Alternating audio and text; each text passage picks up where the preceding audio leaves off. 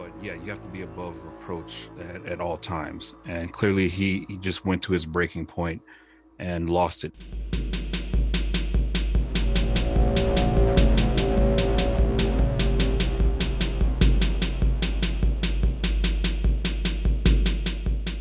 Walters Elementary School last year, but he resigned during the investigation into his actions in June.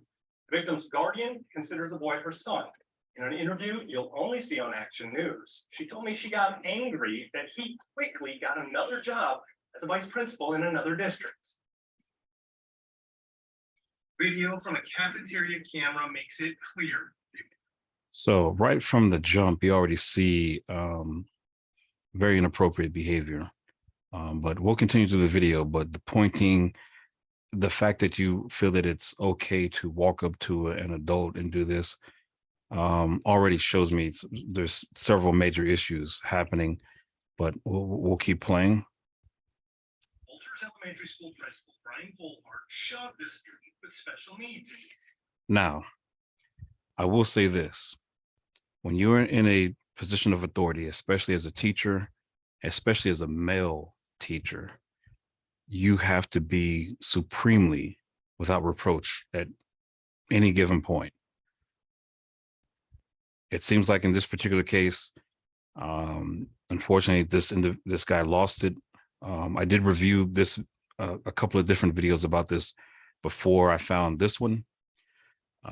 But yeah, you have to be above reproach at all times. And clearly he just went to his breaking point and lost it. And it's unfortunate.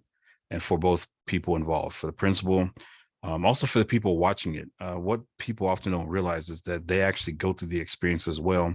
They might have been in shock, but we'll keep playing.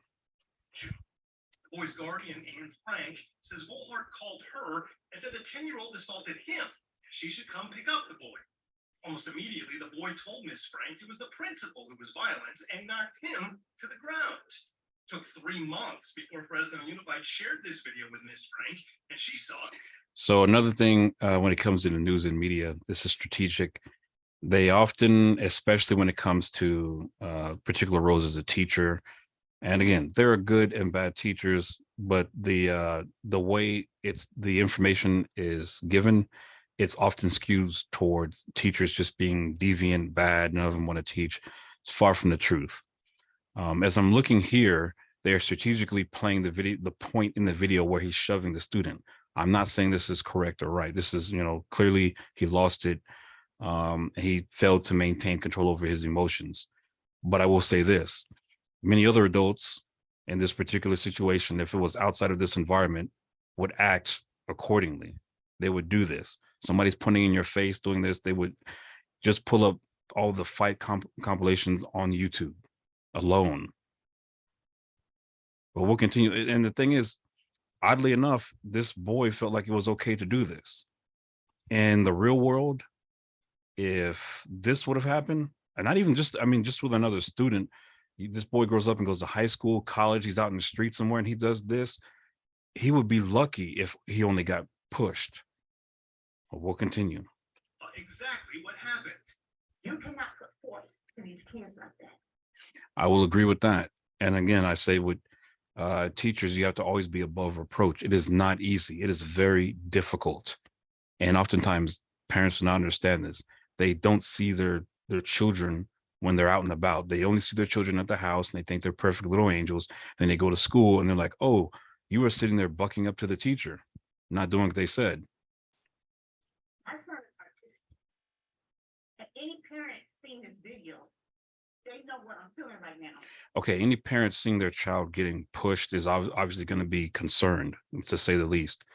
But when you mention about the child being, I think she said autistic, or I've even heard in other videos that I watch, special needs. She's saying autistic and special needs.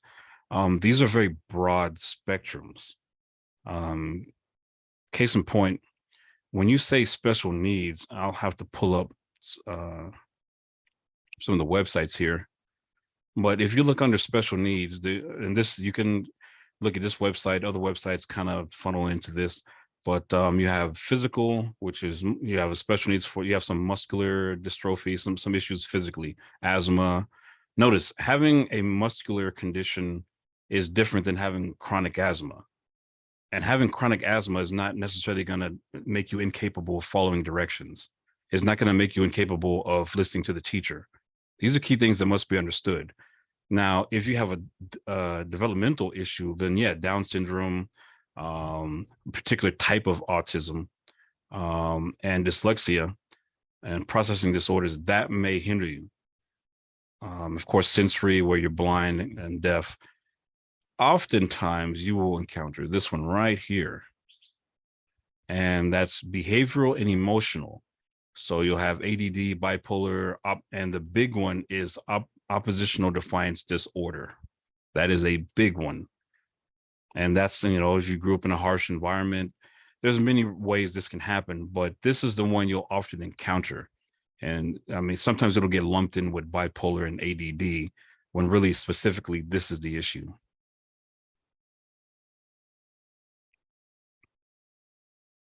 And any parent seeing this video, they know what I'm feeling right now.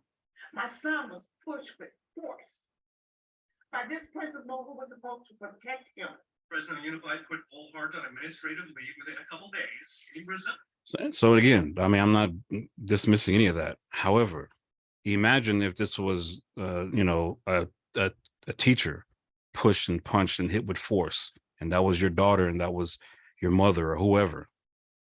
What would be the outcome here? 9 times out of 10.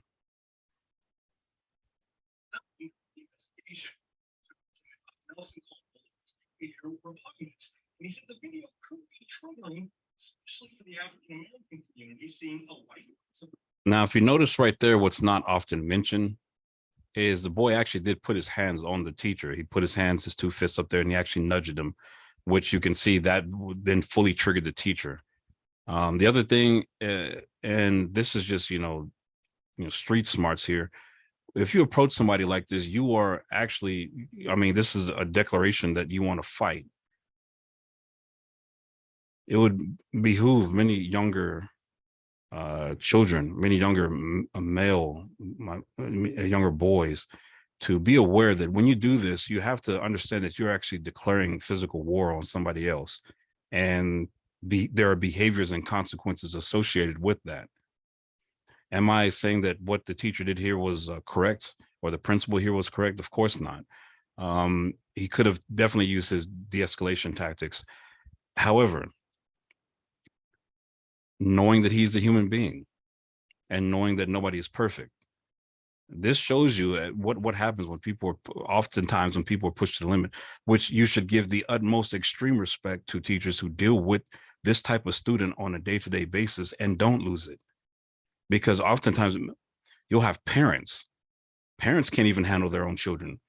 Their child who is autistic or not will do this. And I have seen it with my own eyes, autistic or not. When they do this in front of their parents will cuss them out, beat them, etc. Because their parents do not excuse whatever symptom they have, a special needs issue, depending on what it is. They do not say, okay, because you have chronic asthma, you get to curse me out.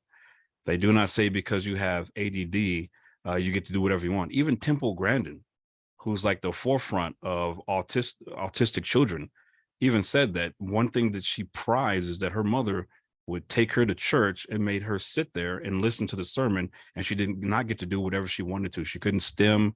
I might have to find a clip of that and show that. This is what we don't accommodate bad behavior. This is where being a child of the 50s is really helpful.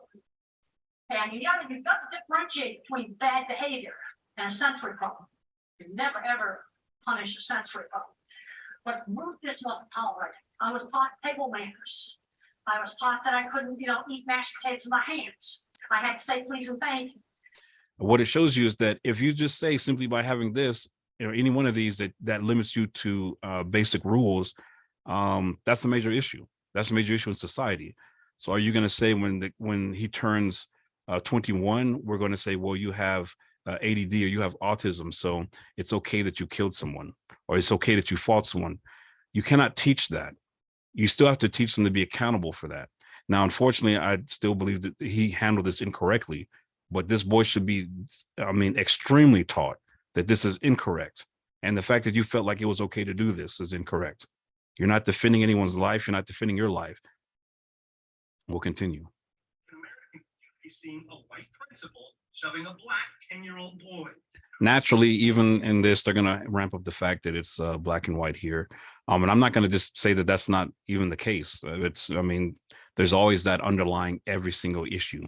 But in this one, even though his own mother said she doesn't believe that, I don't get any indication of that. Though it's been said in other videos that this guy has had issues. I don't have any evidence of that, and I don't see any documentation on it. I'm not going to dismiss it either. While there's been zero information to lead us to believe that this was racially motivated altercation, we are not blind to the didn't blame the incident on racism, but she said Bullhart provoke him. The district is offering resources. Now I would need some information on that because that would be interesting. He's bullying him. Okay, I need the documentation of that to make a clear judgment. I can only go by the video evidence here.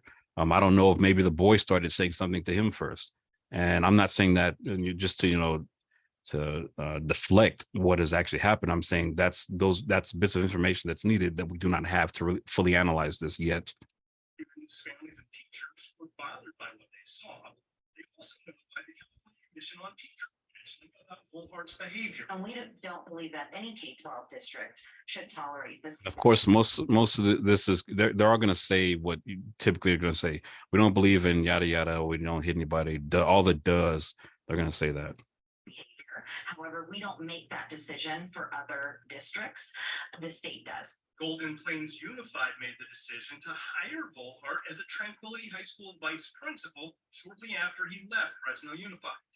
This is very odd that but this is not this happens everywhere. I've known people in certain places I worked at that caught for stealing, and then before the charges or the sentencing is placed, if they go get another job, then they can actually work there. So I'm not shocked by this.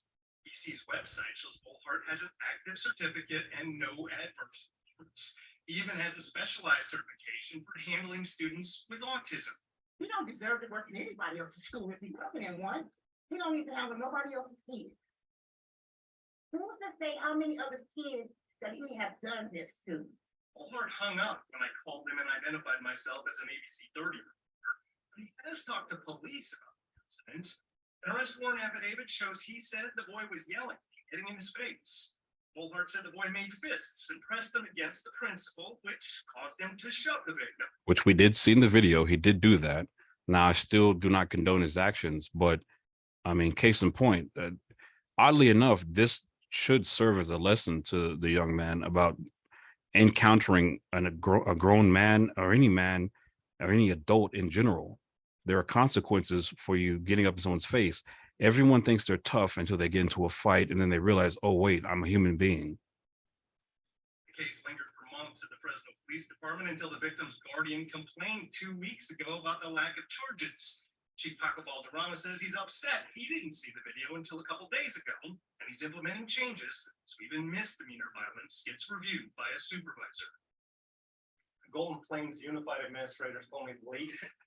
So again, initial thoughts here. I mean, clearly he acted outside of the parameters he should have. He should have de-escalated the issue. It's unfortunate that this happened to this young man, but the young man is not completely innocent here.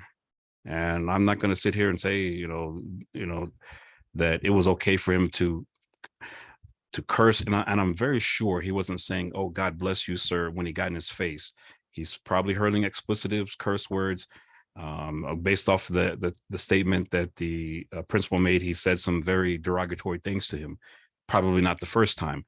So when you're looking at a video like this, you need to take in as much information as you can and see the big picture here.